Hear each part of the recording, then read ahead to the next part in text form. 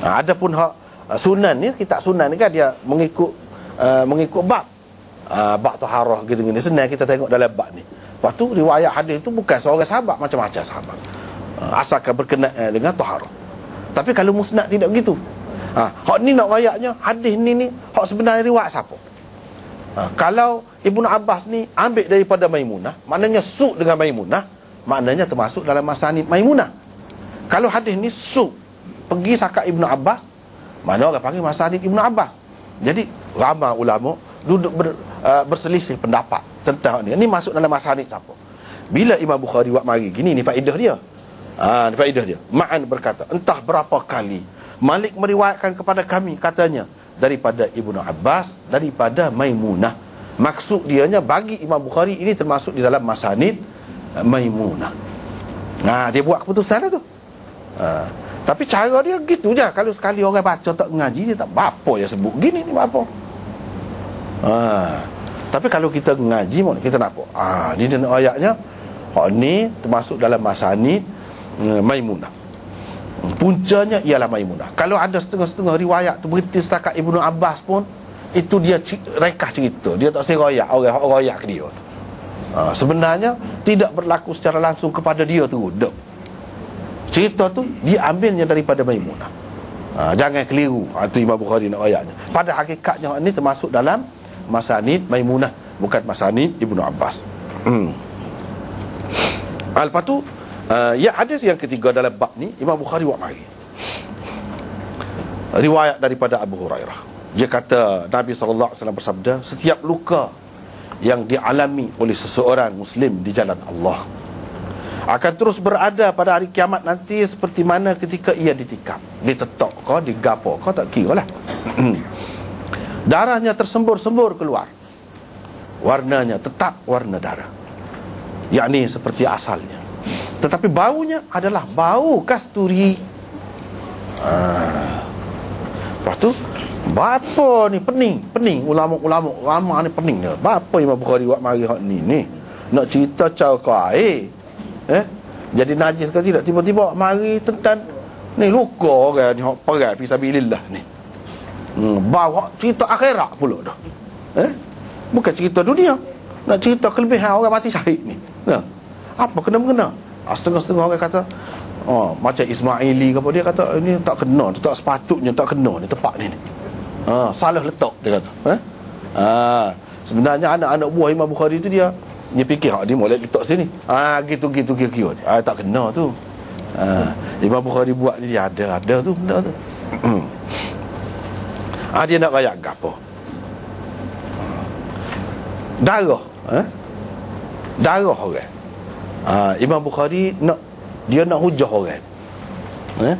Bagi dia darah orang ni kalau luka ke apa ke tidak najis. Itu kita sudah bicara. Tapi adakah juga orang yang kata darah ni najis? Darah orang tak kira lah tubik ke mana-mana pun najis. Baik, kamu nak kata lagu mana? Kalau darah orang mati syahid di padang mahsyar, di padang mahsyar tu bau dia sedap, bau seperti kasturi, najis lagi ke tidak? Najis lagi ke tidak? Mestilah orang akan kata tak najis. Apa sebab tak najis? Sebab sudah berubah sifat dia. Itulah aku kata dia.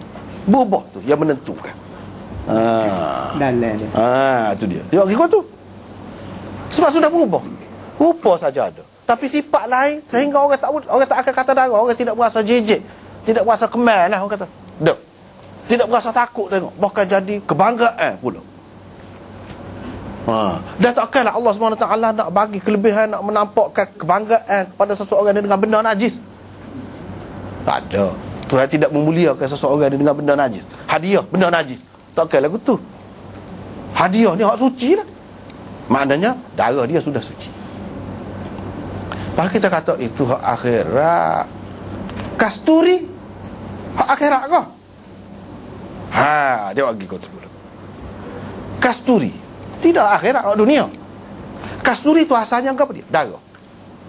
Darah sejenis kijang. Kijang ni mengikut dalam buku-buku dia cerita, bukan sejenis kijang biasa ni tak. Dia tak ada tanda, tak ada ekor. Di Tibet di Nepal banyak. Dia duduk pada ketinggian 8,000 kaki. Daripada paras lah. Dan boleh bau jauh lah 4-5 batu bang apabila dia masuk. Dan tahan lama lah bertahun-tahun. Dia boleh jadi ibu kepada air wangi pula. Asalnya darah, tapi proses Allah SWT buat, dia bertukar jadi bau wangi. Ketika dia bau wangi, asal dia kita ambil kira darah. Bila dia sudah berubah, adakah hukum dia tu hukum darah lagi? Tidak. Suci. Sekarang ni kalau kasturi jatuh dalam air, najis ke tidak air tu? Tak najis. Walaupun asal dia tu darah, tapi hakikat dia tu sudah berubah. Hak tu dia nak bayar. Maknanya kalau benda ni berubah hakikat dia, sehingga orang tak nampak, tak kata benda ni darah. Bahkan orang kata kasturi. Jadi dia ada, sebab tu dia panggil, wallahu alam, saya pun tidak pasti juga. Napuh ni lagu mana orang panggil napuh. Binatang dia super kancil, tapi orang panggil napuh. Dia besar sikit. Besar sikit. Sebab kalau dalam bahasa Farsi, kasturi tu dia duduk dekat pusat binatang. Pusat tu dia panggil naf. Dalam kekandi dekat pusat tu dia panggil nafah. Orang kita ambil nafuh. Itu dia. Napuh jadi. Boleh jadi itu, tapi tak pastilah. Adakah dia tu mengandungi kasturi napuh tu pula? Mengikut dalam gambaran kitab-kitab, dia tak ada ekor, dia tak ada tanduk.